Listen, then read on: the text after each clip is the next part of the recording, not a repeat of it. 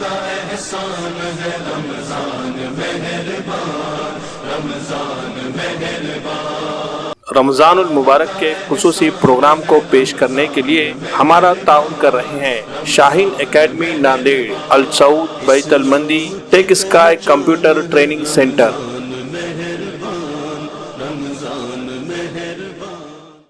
شاہین academy Nanded میں پچھلے 3 سالوں میں کوچنگ لینے والے طلباء کے شاندار نتائج پر ایک نظر ڈالتے ہیں۔ ان 3 سالوں میں میڈیکل میں جن طلباء کا سلیکشن ہوا ہے ان کی تعداد کل ملا کر 164 ہے۔ ان میں MBBS، BDS، BA MS، BUMS اور BHMS کے طلباء کے نام شامل ہے۔ اسی طرح انجینئرنگ و دیگر پروفیشنل کورسز میں ایڈمیشن حاصل کرنے میں کامیاب ہونے والے طلباء کی تعداد بھی قابل لحاظ پائی جاتی ہے۔ اس کے علاوہ فاؤنڈیشن اسٹڈیز کے لیے بھی 8th، 9th اور 10th کے بیچز چلائے جا رہے ہیں، جس سے طلباء کو نیٹ اور JEE کی ابتدا سے ہی تیاری میں مدد مل رہی ہے۔ بہترین کیمپس اور قابل اساتذہ کی رہنمائی میں طلباء کو کیا جا رہا ہے تیار۔ اگر آپ بھی اپنے بچے کو شاہین اکیڈمی ناندیڑ میں داخل کروانا چاہتے ہیں تو جلدی کیجیے، نشستیں محدود ہے، نئے بیچ کے لیے داخلے شروع ہو چکے ہیں۔ غیر مقامی طلباء کے لیے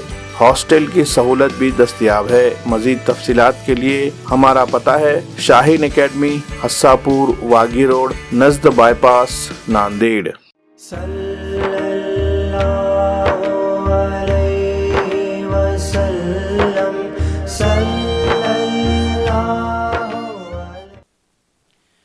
دو جہاں کے آقا کی بات میں نے مانی ہے، دو جہاں کے آقا کی بات میں نے مانی ہے، رب کے بعد آقا کی دل پہ حکمرانی ہے، دو جہاں کے آقا کی بات میں نے مانی ہے، رب کے بعد آقا کی دل پہ حکمرانی ہے۔ ذکر سرور عالم کر رہا ہوں میں جب سے، کر رہا ہوں میں جب سے، ذکر سرور عالم، ذکر سرور عالم کر رہا ہوں میں جب سے، کر رہا ہوں میں جب سے، میرے قلب کو حاصل کیف و شادمانی ہے، میرے قلب کو حاصل کیف و شادمانی ہے، دو جہاں کے آقا کی بات میں نے مانی ہے، دو جہاں کے آقا کی غیر کا تصور کیا، دل ہے آپ کا مسکن، دل ہے آپ کا مسکن، غیر کا تصور کیا، غیر کا تصور کیا، دل ہے آپ کا مسکن، دل ہے آپ کا مسکن، آپ کے تصور سے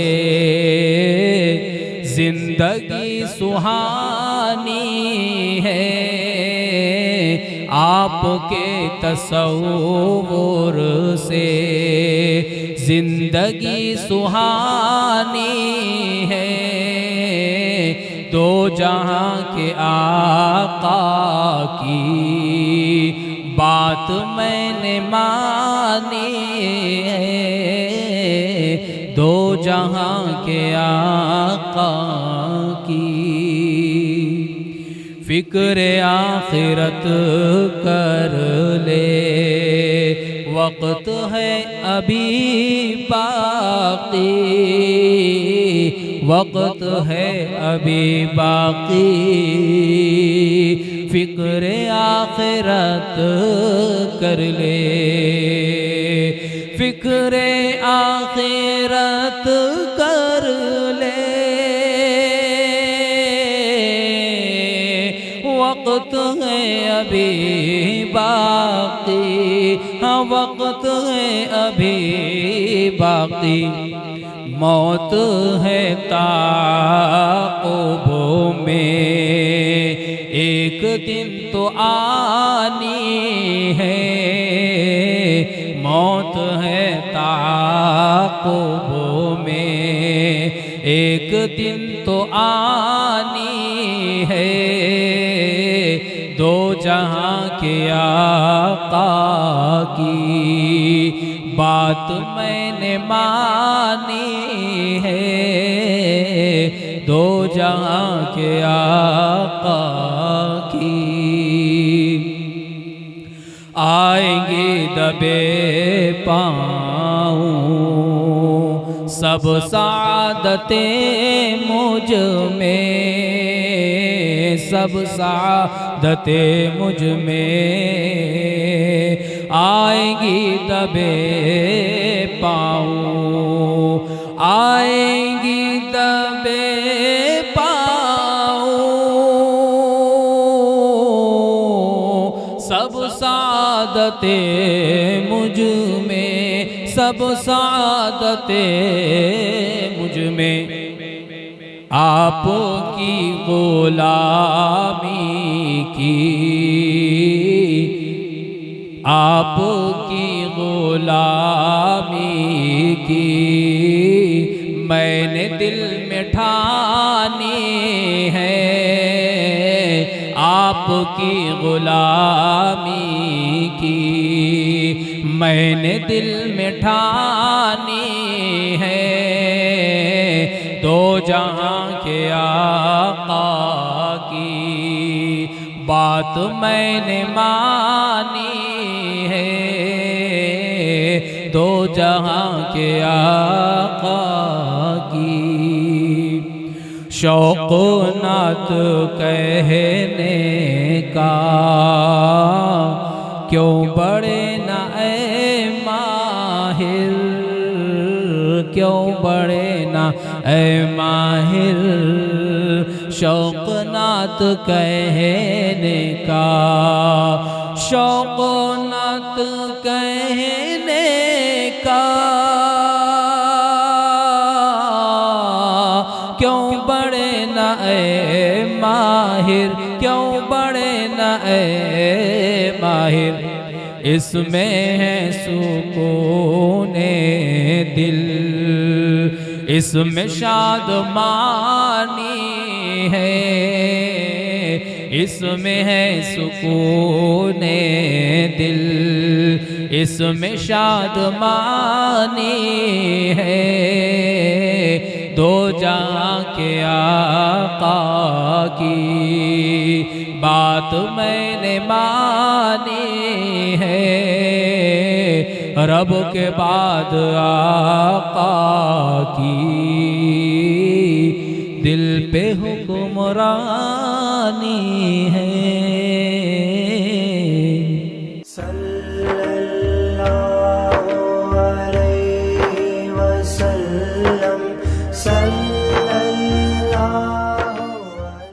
شاہین اکیڈمی ناندیڑ میں پچھلے 3 سالوں میں کوچنگ لینے والے طلبہ کے شاندار نتائج پر ایک نظر ڈالتے ہیں۔ ان 3 سالوں میں میڈیکل میں جن طلبہ کا سلیکشن ہوا ہے ان کی تعداد کل ملا کر 164 ہے۔ ان میں MBBS، BDS، BUMS اور BHMS کے طلباء کے نام شامل ہے۔ اسی طرح انجینئرنگ و دیگر پروفیشنل کورسز میں ایڈمیشن حاصل کرنے میں کامیاب ہونے والے طلباء کی تعداد بھی قابل لحاظ پائی جاتی ہے۔ اس کے علاوہ فاؤنڈیشن اسٹڈیز کے لیے بھی 8th, 9th اور 10th کے بیچز چلائے جا رہے ہیں، جس سے طلباء کو نیٹ اور JEE کی ابتدا سے ہی تیاری میں مدد مل رہی ہے۔ بہترین کیمپس اور قابل اساتذہ کی رہنمائی میں طلباء کو کیا جا رہا ہے تیار۔ اگر آپ بھی اپنے بچے کو شاہین اکیڈمی ناندیڑ میں داخل کروانا چاہتے ہیں تو جلدی کیجیے، نشستیں محدود ہے، نئے بیچ کے لیے داخلے شروع ہو چکے ہیں۔ غیر مقامی طلباء کے لیے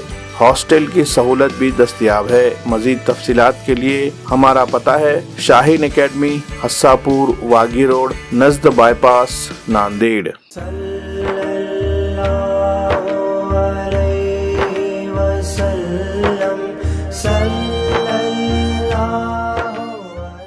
اس بار رمضان کی رونق السعود البیت المندی میں حیدرآبادی مشہور مٹن حلیم اب ناندیڑ میں بھی۔ جی ہاں، السعود البیت المندی نے حیدرآباد کے مشہور حلیم کو ناندیڑ میں متعارف کروا دیا ہے۔ صرف رمضان کے مہینے کے لیے ہی حلیم کا کیا جا رہا ہے انتظام۔ حلیم کا حیدرآبادی ذائقہ پانے کے لیے حیدرآباد کے ہی ماہر استادوں کی ٹیم کی حاصل کی جا رہی ہے خدمات۔ اصلی گھی اور ہم اقسام مسالے جات سے تیار کردہ حلیم کا اپنی پوری فیملی کے ساتھ لیجئے مزہ۔ روزانہ نماز عصر سے لے کر رات دیر تک حلیم دستیاب رہے گی۔ اسی کے ساتھ انڈین، چائنیز، مغلائی، تندوری، رومالی روٹی، پراٹھا بھی دستیاب ہوگا۔ اس کے علاوہ میٹھے میں بھی ہم اقسام کے آئٹم ملیں گے۔ افطار کے لیے پارسل سروس کا بھی ہے خصوصی انتظام۔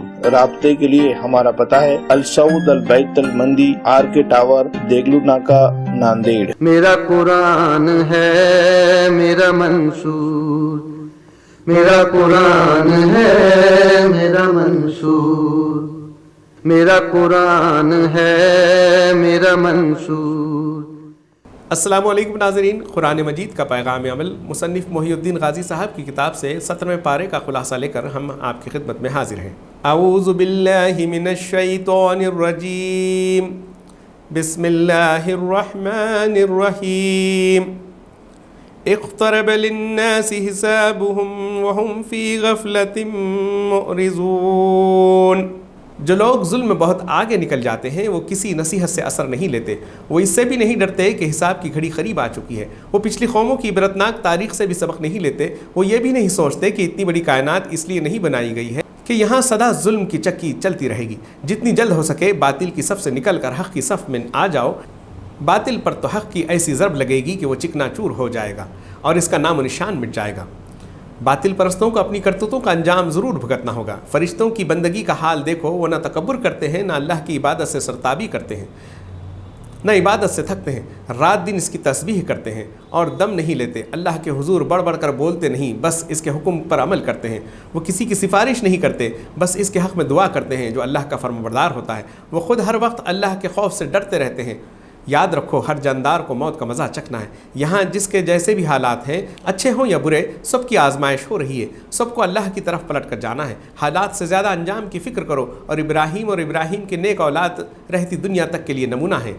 نیکی کے پیکر، لوگوں کے امام، احکام الہی کے دائی، نیک کاموں کے شیدائی، نماز اور زکوٰۃ کے پابند، اللہ کی عبادت گزار، ان کے راستے پر چلو، اللہ اپنی رحمت کے سائے میں جگہ دے گا۔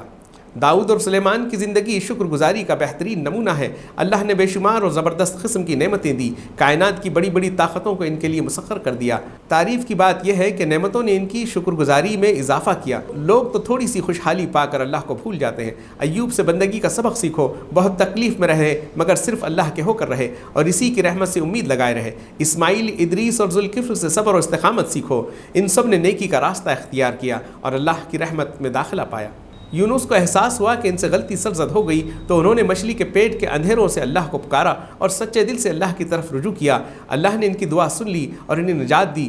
جو دنیا اور آخرت کی تکلیفوں سے نجات پانا چاہتا ہو وہ سچے دل سے اپنے گناہوں کی معافی مانگے اور اللہ کا مومن بندہ بن جائے۔ زکریا کی دعا اور اللہ کی شان قبولیت پر غور کرو۔ حقیقت یہ ہے کہ جو لوگ نیکی کے کاموں میں پیش رہتے ہیں، اللہ کو امید اور خوف سے پکارتے ہیں اور ان کے دل اللہ کے آگے جھکے رہتے ہیں، اللہ ان کی دعا اس طرح قبول کرتا ہے کہ وہ سوچ بھی نہیں سکتے تھے۔ نبیوں کو اپنا رہنما بناؤ، اللہ کو اپنا رب مانو، بس اسی کی بندگی کرو، دین کو ٹکڑے ٹکڑے مت کرو اور آخرت سے ڈرو، اپنے ایمان کی حفاظت کرو اور نیکیوں کا اہتمام کرو، اطمینان رکھو تمہارا کوئی کام ضائع نہیں جائے گا اور کسی اچھے کام کی ناقدری نہیں ہوگی، نیکوکار اور عبادت گزار بنو، اللہ کا فیصلہ ہے کہ زمین کے وارث اللہ کے نیک بندے ہی ہوں گے، رسول کی قدر کرو، اللہ نے رسول کو انسانوں کے لیے رحمت بنا کر بھیجا ہے، تم بھی انسانوں کے لیے رحمت بن جاؤ۔ کچھ لوگ گردن ٹیڑھی کر کے اللہ کے بارے میں بحث کرتے ہیں، ان کے پاس علم ہوتا ہے نہ ہدایت نہ روشن کتاب، وہ اللہ کے راستے سے بھٹکانا چاہتے ہیں۔ کچھ دوسرے لوگ ہیں جو کنارے پر رہ کر اللہ کی بندگی کرتے ہیں، اگر فائدہ ہوا تو بندگی پر قائم رہتے ہیں اور کوئی آزمائش آئی تو الٹے پاؤں پلٹ جاتے ہیں۔ تمہارے پاس علم بھی ہے، ہدایت بھی ہے اور روشن کتاب بھی، سچے دل سے ایمان لاؤ اور اللہ کو خوش کرنے والے کام کرو۔ خانہ کعبہ کی تعمیر کا بلند مقصد اور اس کی شرک سے پاک تاریخ ہمیشہ سامنے رکھو۔ اللہ نے جن چیزوں کی حرمت سے آگاہ کر دیا ہے ان کی حرمتوں کا احترام کرو، بتوں کی گندگی سے دور رہو، جھوٹی باتوں سے پرہیز کرو، یکسو ہو کر اللہ کی بندگی کرو، شرک سے اجتناب کرو، اللہ کے بتائے ہوئے عبادت کے طریقوں کا احترام کرو، اللہ کی ناراضگی سے بچنے کی فکر کرو۔ اللہ نے جو چوپائے تمہیں بخشے ہیں انہیں ذبح کرتے وقت اللہ کا نام لو۔ تمہارا معبود ایک اللہ ہے، تم اس کے فرمانبردار بنو، اس کے حضور عاجزی سے رہو۔ کبھی تم سے نافرمانی ہو اور تمہیں اللہ کی یاد دلائی جائے تو تمہارے دل کانپ اٹھیں، مصیبت آئے تو صبر کا پہاڑ بن جاؤ، نماز قائم کرو اور اللہ کی دی ہوئی روزی میں سے اس کے راستے میں خرچ کرو۔ قربانی کی اونٹوں کو اللہ نے اپنے شعائر میں قرار دیا ہے، ان اونٹوں میں تمہارے لیے بڑے فائدے ہیں، اللہ کا نام لے کر انہیں قربان کرو، خود بھی کھاؤ اور غریبوں کو بھی کھلاؤ اور اللہ کا شکر ادا کرو۔ قربانی کا گوشت اور خون اللہ کے ہاں نہیں پہنچتا، اس کے ہاں تو تمہارے دل کا تقویٰ پہنچتا ہے، لہٰذا تقویٰ سے اپنی زندگیوں کو مزین کرو۔ اللہ نے یہ جانور تمہارے لیے پیدا کیے ہیں، اس نے تم کو ہدایت کی نعمت بھی عطا کی ہے، تم زیادہ سے زیادہ اس کی بڑائی بیان کرو۔ زندگی کو اچھے سے اچھے کاموں سے آراستہ کرو۔ جن لوگوں پر ظلم کیا گیا اور انہیں ناحق گھروں سے نکالا گیا صرف اس جرم میں کہ وہ کہتے ہیں کہ ہمارا رب اللہ ہے، ان لوگوں پر سے اب جنگ نہ کرنے کی پابندی اٹھا لی گئی ہے۔ اب وہ ظالموں سے جنگ کر سکتے ہیں، وہ ظالموں سے جنگ کریں گے تو اللہ کی مدد ان کے ساتھ ہوگی۔ اللہ زمین میں اقتدار عطا کرے تو نماز قائم کرو، زکوٰۃ ادا کرو، اچھائی کا حکم دو اور برائی سے روکو اور اپنے انجام کو بہتر بنانے کی فکر کرو۔ زمین میں چل پھر کر پچھلی قوموں کا انجام دیکھو، اس سے تمہارے دلوں کو روشنی ملے گی، تمہارے کانوں کو سماعت حاصل ہوگی۔ کتنی بدنصیبی کی بات ہے کہ آنکھیں تو دیکھتی ہوں اور دل نابینا ہو۔ تم بے لاگ طریقے سے خبردار کرتے رہو، انہیں بتاؤ کہ جو لوگ ایمان پر قائم رہیں گے اور نیکی کے کام کریں گے ان کے لیے بہترین انجام ہے، اور جو اللہ کی آیتوں کو نیچا دکھانے کی کوشش کریں گے ان کے لیے جہنم کا عذاب ہے۔ اپنے رب کی طرف بلاتے رہو اور یقین رکھو کہ تم سیدھے راستے پر ہو۔ لوگ تم سے بحث کریں تو کہہ دو کہ حق بات سے انحراف نہ کرو، تم جو کچھ کر رہے ہو اللہ اس سے واقف ہے، وہ قیامت کے دن فیصلہ کرے گا، اس دن کے فیصلے سے ڈرو۔ اے لوگو جو ایمان لائے ہو، رکوع کرو، سجدے کرو، اپنے رب کی بندگی کرو، اچھائی کے خوگر بنو اور اللہ کی راہ میں اس طرح جد و جہد کرو جس طرح اس کے راہ میں جد و جہد کرنی چاہیے۔ اس نے تمہیں اس کار عظیم کے لیے چن لیا ہے، اس نے دین میں تم پر کوئی تنگی نہیں رکھی ہے۔ اپنے باپ ابراہیم کے راستے پر رہو، انہوں نے تمہارا نام مسلم فرمانبردار رکھا تھا اور قرآن میں بھی تمہارا یہی نام رکھا گیا ہے، اس نام کا حق ادا کرو۔ رسول تم پر گواہ ہے، تم لوگوں پر حق کے گواہ بن جاؤ، نماز قائم کرو، زکوٰۃ دو اور اللہ کا دامن مضبوطی سے تھامے رہو، وہی تمہارا سرپرست ہے، وہ کتنا اچھا سرپرست ہے اور کتنا اچھا مددگار ہے۔ ناظرین، پارے کا خلاصہ مکمل ہوا، ہم کل پھر اگلے پارے کے ساتھ ملیں گے۔ اللہ حافظ۔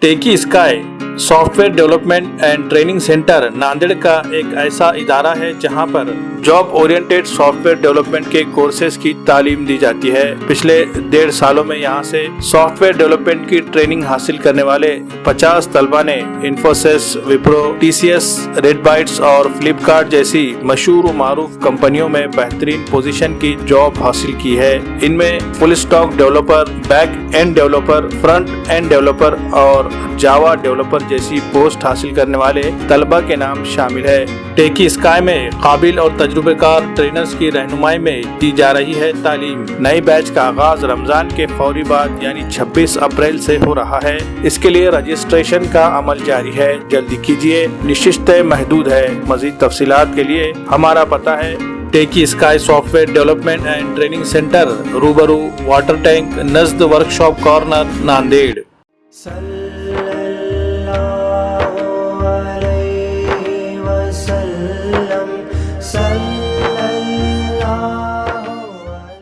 بسم بسم اللہ الرحمن الرحیم الحمد للہ رب العالمین والصلاة والسلام علی سید المرسلین وعلی آلہ وصحبہ اجمعین ومن تبعہم بإحسان الی یوم الدین اما بعد۔ محترم ناظرین کرام، السلام علیکم ورحمۃ اللہ وبرکاتہ۔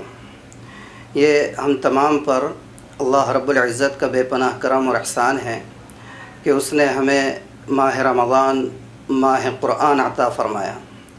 رمضان المبارک یہ اس قدر عظیم الشان اور بابرکت مہینہ ہے کہ اللہ کے رسول صلی اللہ علیہ وآلہ وسلم اس کے لیے 2 ماہ پہلے سے اہتمام فرمایا کرتے تھے، لیکن اللہ نے ہمیں بغیر اہتمام کے عطا فرمایا، یہ اس کا کرم ہے۔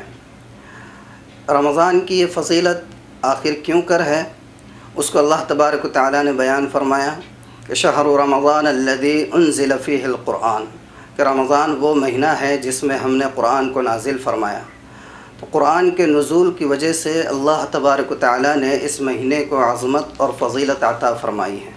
قرآن اس قدر اس کتاب مقدس کی اس مہینے سے نسبت ہے کہ اللہ تعالیٰ نے خود ہی فرما دیا کہ ہم نے اس مہینے میں نازل فرمایا ہے۔ آپ غور کریں کہ اللہ تبارک و تعالیٰ نے جس مہینے میں قرآن کو نازل فرمایا اس مہینے کی فضیلت بڑھ گئی۔ جس رات میں اللہ نے قرآن کو نازل فرمایا اس کے متعلق اللہ نے فرمایا کہ انا انزلناہ فی لیلۃ القدر، قرآن کو ہم نے لیلۃ القدر میں نازل فرمایا، اور اس لیلۃ القدر کی عظمت بھی بڑھ گئی۔ تو یہاں پر غور کرنے کی بات ہے کہ اگر کسی مہینے میں قرآن نازل ہو رہا ہے تو اس کی عظمت بڑھ رہی ہے، کسی رات میں قرآن نازل ہو رہا ہے تو اس کی عظمت بڑھ رہی ہے۔ تو غور یہ کریں کہ اگر کسی شخص کی زندگی کے اندر قرآن کریم خود اتر جائے تو اس شخص کی زندگی کا کیا کہنا؟ کیا فرشتے اس کے اوپر رشک نہیں کریں گے؟ ظاہر سی بات ہے کہ فرشتے اس پر رشک کریں گے، کامیاب ہر قدم اس کے قدم چومے گی۔ لیکن افسوس کی بات یہ ہے کہ ہم نے قرآن سے اپنے تعلق کو بالکل توڑ دیا ہوا ہے۔ اللہ کا کرم ہے کہ رمضان المبارک کا یہ مہینہ ہمیں اللہ نے عنایت فرمایا۔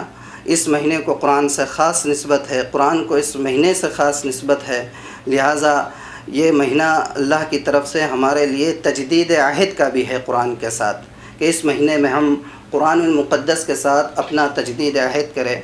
ذرا آپ غور تو کریں، بہت پہلے جانے کی ضرورت نہیں ہے۔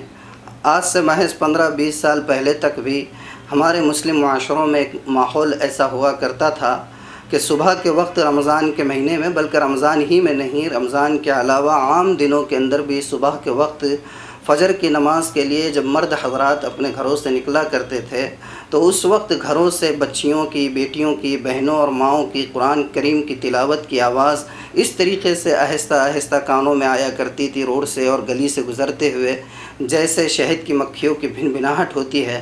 کیسا وہ مقدس اور مبارک ماحول ہوا کرتا تھا ہمارے گھرانوں میں۔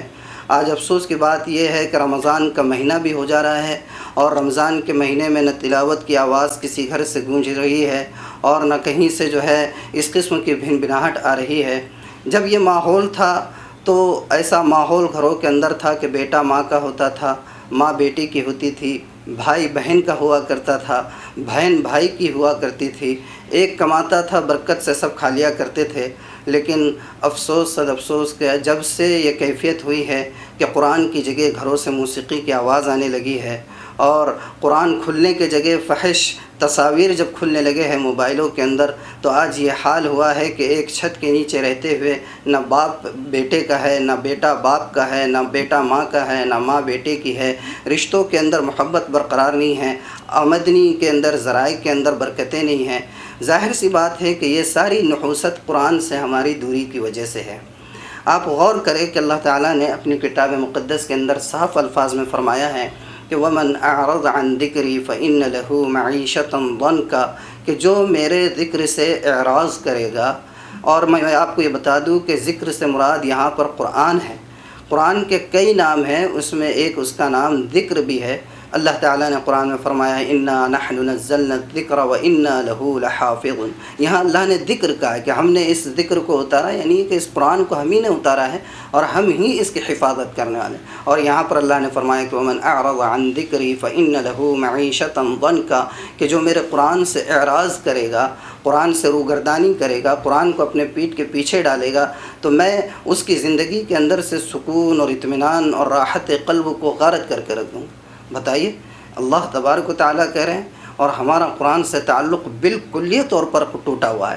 میں بڑی جسارت کے ساتھ یہ بات کہہ سکتا ہوں کہ رمضان المبارک کے اندر وہ حفاظ کرام جنہیں تراویح سنانا ہوتا ہے، الحمدللہ وہ تو قرآن کا ورد اور قرآن کو یاد کیا کرتے ہیں، لیکن ایسے حفاظ کرام بھی، عوام کا طبقہ تو ہے ہی، اس کے علاوہ علماء اور حفاظ بھی جس میں ہم خود بھی ہیں، ایسا اکثر طبقہ ہے جو تراویح نہیں سنا سکتے ہیں کسی وجہ سے، تو اس میں بھی تلاوت کے اہتمام میں بہت کوتاہی ہوتی ہے. تو اللہ ہماری اس کوتاہی کو درگزر فرمائے.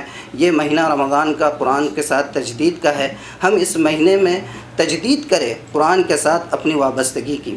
میں آپ تمام ناظرین کرام سے یہ دستبستہ التماس کرتا ہوں کہ اللہ تعالیٰ نے ہمیں اپنی زندگی میں دوبارہ یہ سنہری موقع عنایت فرمایا ہے کہ ہم اس مہینے میں قرآن کے ساتھ اپنی تجدید عہد کریں، اپنی وابستگی کی تجدید کریں، روزانہ قرآن کی تلاوت کا معمول بنائیں، اور قرآن کی تلاوت محض نری تلاوت نہ ہو، بلکہ مختصر انداز میں مجھے 2-4 باتیں آپ سے کہنی ہیں. وہ یہ ہیں کہ قرآن کے ساتھ تجدید عہد وہ اسی صورت میں ہو سکتا ہے جب میں اور آپ اور ہم تمام قرآن کے حقوق کو ادا کرنے والے بنیں گے. اور قرآن کے حقوق کیا ہے وہ ہمیں معلوم کرنا ہوگا. میں مختصراً قرآن کے چند حقوق آپ کو بتاتا ہوں، اس کے اوپر انشاءاللہ اگر ہم ان کو پورا کرنے والے بن جائے تو میں دعوے کے ساتھ کہہ سکتا ہوں اور پورے رسوخ اور عزم کے ساتھ یہ بات کہہ سکتا ہوں کہ قرآن کی برکات سے ہم مستفید ہوں گے، مالا مال ہوں گے، اور وہ ساری برکتیں جو عہد اول میں قرآن کی وجہ سے صحابہ کرام کے دور میں پیدا ہوئی تھی، وہ ساری برکتیں آج بھی ہمیں مل سکتی ہے. کہ آپ یہ بات نہیں جانتے ہیں کہ صحابہ کرام کسی یونیورسٹی کے فارغ نہیں تھے، وہ کسی ظاہری اور عصری علوم کے ماہر نہیں تھے، ان کے ہاتھ میں صرف ایک کتاب ہدایت اور دستور اور منشور حیات قرآن کی شکل میں تھا، اور اس دستور اور منشور کو تھام کر انہوں نے پوری دنیا پر حکومت کی تھی. اور ظاہر سی بات ہے کہ یہ ساری حکومت اور یہ ساری برکتیں یہ اسی صورت میں حاصل ہو سکی ہے جب انہوں نے اس قرآن مقدس کے حقوق کو ادا کیا تھا. تو میں مختصراً آپ کے سامنے قرآن کے چند حقوق بتلاؤں گا. میری آپ سے التماس ہے کہ ان حقوق کو ادا کرنے کی کوشش کرے، اس کی برکت سے اللہ تعالی ہماری زندگیوں میں قرآنی زندگی کو پیدا فرمائے گا. سب سے پہلا حق جو علماء نے قرآن کا بتلایا ہے وہ یہ ہے کہ قرآن کے اوپر ایمان ہونا چاہیے. یہ ایمان ہونا چاہیے کہ اللہ تعالیٰ نے یہ قرآن جو اتارا ہے یہ ہمارے لیے دستور حیات ہے، یہ ہمارے لیے منشور حیات ہے. زندگی گزارنے کا پورا لائے عمل اور پورا قانون اللہ تعالیٰ نے ہمیں اس کتاب مقدس کے اندر عطا فرمایا ہے. اب اس کتاب کو چھوڑ کر کوئی اور دستور، کوئی اور قانون، کوئی اور لائے عمل ہمارے لیے کسی طور پر بھی قطعاً قابل عمل نہیں ہے. یہ ایمان ہونا چاہیے، اور ایمان جب ہوگا تو ایمان کے کچھ تقاضے بھی ہوتے ہیں، ان تقاضوں کو پورا کرنا پڑے گا. تو ایمان کے تقاضے کیا ہے؟ عظمت، قرآن کی عظمت، اور اس کے تقاضے یہ ہیں کہ سب سے پہلے تو یہ ہے کہ آپ کے دل کے اندر ایمان ہو، آپ کے دل کے اندر جو ہو ایمان ہو کہ یہ اللہ کی کتاب ہے، اس کے اوپر یقین ہو پورا، اور اس کے ساتھ ساتھ احترام ہو، قرآن کا احترام ہو، اس کے طرف پیر نہ کرے، اس کے طرف بے وضو اس کو چھوئے نہ. آج اس قدر افسوس کی بات ہے کہ جب سے سوشل میڈیا اور موبائل کے اندر یہ ڈیجیٹل کتابوں کا سلسلہ شروع ہوا ہے، ہم قرآن کی تلاوت تو کرنے والے ہو گئے ہیں، لیکن قرآن کا ادب اور احترام کما حقہ جیسے ادا کرنا چاہیے وہ ہم ادا نہیں کر پا رہے. تو وہ ہمارے ذہنوں میں اس بات کا خیال رہنا چاہیے کہ قرآن اللہ کا کلام ہے، اس کی کتاب ہے، اور اس کے ذات سے نکلا ہوا کلام ہے، اس کا احترام ہونا چاہیے. بلا وضو ہم اس کو نہ چھوئے، اس کی طرف پیر نہ کرے، اس کے لیے رحل کا استعمال کرے، جزدان کا استعمال کرے. آج کل تو افسوس کی بات یہ ہے کہ مساجد کے اندر سے بھی جزدان کا نظام اور سسٹم ہی ختم ہو گیا ہے.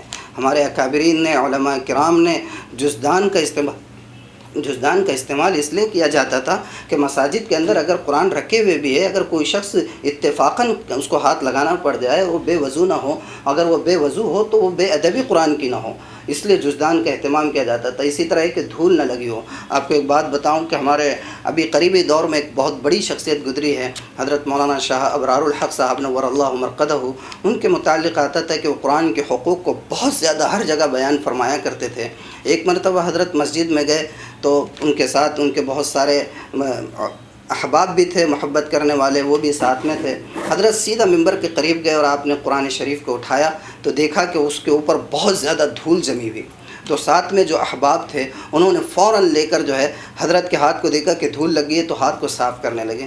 حضرت بہت غضبناک ہوئے اور بالکل چہرہ سرخ ہو کر کہنے لگے کہ آپ کو ذرا بھی شرم نہیں آتی ہے کہ ایک میرے ہاتھ کو قرآن کی دھول لگ گئی تو آپ میرے ہاتھ کو صاف کرنے کے لیے پریشان ہیں، لیکن آپ نے یہ غور نہیں کیا کہ یہ وہ کلام ہے جو اللہ کی ذات سے نکلا ہوا ہے اور اس کلام کے اوپر دھول بیٹھی ہوئی، اس کو صاف کرنے کا، اس کو صاف رکھنے کا کوئی اہتمام نہیں ہے۔ تو یہ اہتمام ہونا چاہیے۔ دوسرا ہے کہ اس کی عظمت بھی ہونی چاہیے۔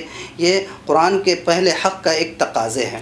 دوسرا حق قرآن کا ہے کہ اس کے ساتھ محبت ہونی چاہیے، محبت ہو کہ یہ اللہ کا کلام ہے۔ ظاہر سی بات ہے کہ کلام جو ہوتا ہے صاحب کلام کی معرفت کا ذریعہ ہوتا ہے۔ یہ اللہ کا کلام ہے، اللہ کے کلام کو سمجھیں گے تو ہم اللہ کی ذات کو سمجھیں گے، ہمیں اللہ کی معرفت حاصل ہوگی۔ تو اس کلام سے محبت ہونی چاہیے، قرآن سے، کہ یہ میرے پیدا کرنے والے کا کلام ہے۔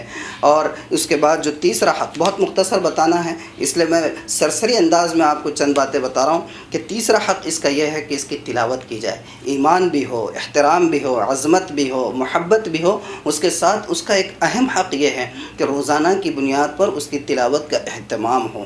رمضان کا مہینہ ہے، اللہ کا کرم ہے، اس نے ہمیں عطا فرمایا ہے۔ اس مہینے میں قرآن کی طرف یوں بھی دل راغب ہوا کرتے ہیں، تو اس مہینے سے یہ عہد کرے کہ اب تک ہم یومیہ بنیاد پر قرآن کی تلاوت نہیں کیا کرتے تھے، لیکن انشاءاللہ آج کے بعد ہم تلاوت کا اہتمام کریں گے۔ آپ کو بتاؤں، اللہ کے رسول صلی اللہ علیہ وآلہ وسلم کی ایک بشارت آپ کو بتاتا ہوں کہ قرآن کی تلاوت کا معمول اگر رہے گا تو اللہ کے رسول صلی اللہ علیہ وسلم نے فرمایا کہ اقرأوا القرآن فإنه يأتي يوم القیامت شفیعا، کہ قرآن کی تلاوت کی پابندی کیا کرو، اس لیے کہ کل قیامت کے دن یہ قرآن اللہ کے سامنے سفارش کرے گا کہ اللہ یہ بندہ میری تلاوت کیا کرتا تھا، اس کی مغفرت فرما دے۔ کتنی بڑی خوشخبری کی بات۔ آج جس ماحول میں ہم رہ رہے ہیں، گناہوں سے محفوظ رہنا، اپنے آپ کو بچانا ناممکنات میں سے ہے، لیکن اگر یہ معمولات رہے تو اللہ تعالیٰ اس کی برکت سے ہماری مغفرت فرما دیں گے۔ اور پھر تلاوت کے بہت سارے اخروی فوائد بھی ہے۔ ظاہر سی بات ہے، ہم آپ خود ہی محسوس کر سکتے ہیں کہ جب کوئی بندہ تلاوت کرتا ہے تو اس وقت ایک عجیب سکینت کی کیفیت ہوتی ہے، فرشتوں کا نزول ہوتا ہے۔ یہ تو اور پھر قیامت کے دن اللہ تعالیٰ خود ہی کہیں گے کہ بھئی پڑھتے ہوئے جاؤ اور زینے چڑھتے ہوئے جاؤ جنت کے، اور جس آخری درجے پر آپ کی تلاوت ختم ہوگی وہ جنت کا آخری درجہ آپ کے لیے ہوگا۔ تو یہ اس کے اخروی فوائد ہیں، لیکن دنیاوی فوائد بھی کم نہیں ہیں۔ ظاہر سی بات ہے، آپ نے سنا ہوگا کہ جو ہر روز صبح سورہ یاسین کی تلاوت کرے گا، اللہ اس کے تمام حاجات کا کفیل ہو جائے گا۔ سورہ واقعہ کے بارے میں آتا ہے کہ ہر روز مغرب کے بعد یا شام میں اس کی تلاوت کی جائے تو زندگی میں کبھی فقر و فاقے سے دوچار نہیں ہونا پڑے گا۔ اور اسی طرح سورہ فاتحہ سے متعلق ہے کہ اگر اس کی تلاوت وہ ہر طرح کے مرض کے لیے شفا کا کام کرتی ہے، تو یہ اس کے تلاوت کے اخروی اور دنیاوی فوائد ہے۔ بس کوشش یہ کرے کہ تلاوت کے آداب کو بھی سیکھے، تجوید کو سیکھنے کی کوشش کرے۔ الحمدللہ اللہ کا بے پناہ کرم ہے کہ آج ہمارے شہر ہی میں نہیں بلکہ پورے ملک کے اندر شاید ہی کوئی مسجد ایسی ہو جہاں پر مکاتب کا نظم نہیں ہے، قرآن کی اصلاح، قرآن کی درستگی اور ناظرہ کی تعلیم کا نظم نہ ہو، ایسی شاید ہی کوئی مسجد ہمارے ملک کے اندر ہوگی۔ تو تلاوت کو سدھارنے کا اہتمام کرے، تجوید کا اہتمام کرے۔ عربی زبان بہت حساس ہے، عربی زبان بہت نازک ہے، اس کے اندر ایک ایک زیر اور زبر سے معانی کے اندر زمین و آسمان کا فرق پڑ جاتا ہے، اس لیے اس کی بھی کوشش کرے کہ اس کے ساتھ ادا کریں۔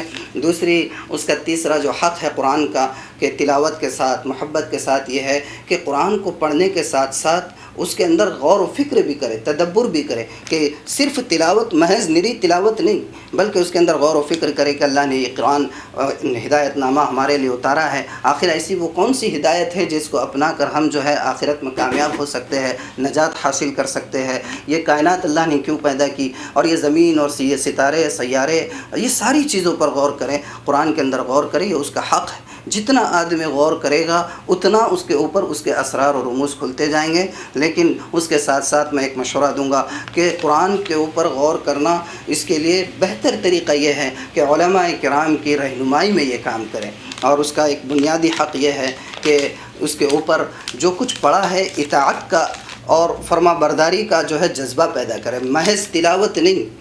کل مان لیجئے کہ کل قیامت کے دن خدا نہ کرے ایسا ہو کہ اللہ حشر کے میدان میں کسی بندے سے یہ پوچھ لے کہ میں نے اس قرآن مقدس کو ہدایت نامہ بنا کر قرآن کو دنیا میں نازل فرمایا تھا، اور یہ ہدایت نامہ تمہیں زندگی گزارنے کے لیے زندگی کے پورے مرحلوں میں کافی ہو سکتا تھا، اس کے باوجود تم نے یہود و نصارہ اور مجوسیوں اور ہندو اور دوسرے جو ہے قانون داں اور فلاسفیوں کے قانون کو اپنایا قرآن کو چھوڑ کر، تو میں نے اس قرآن کو کیوں نازل کیا تھا؟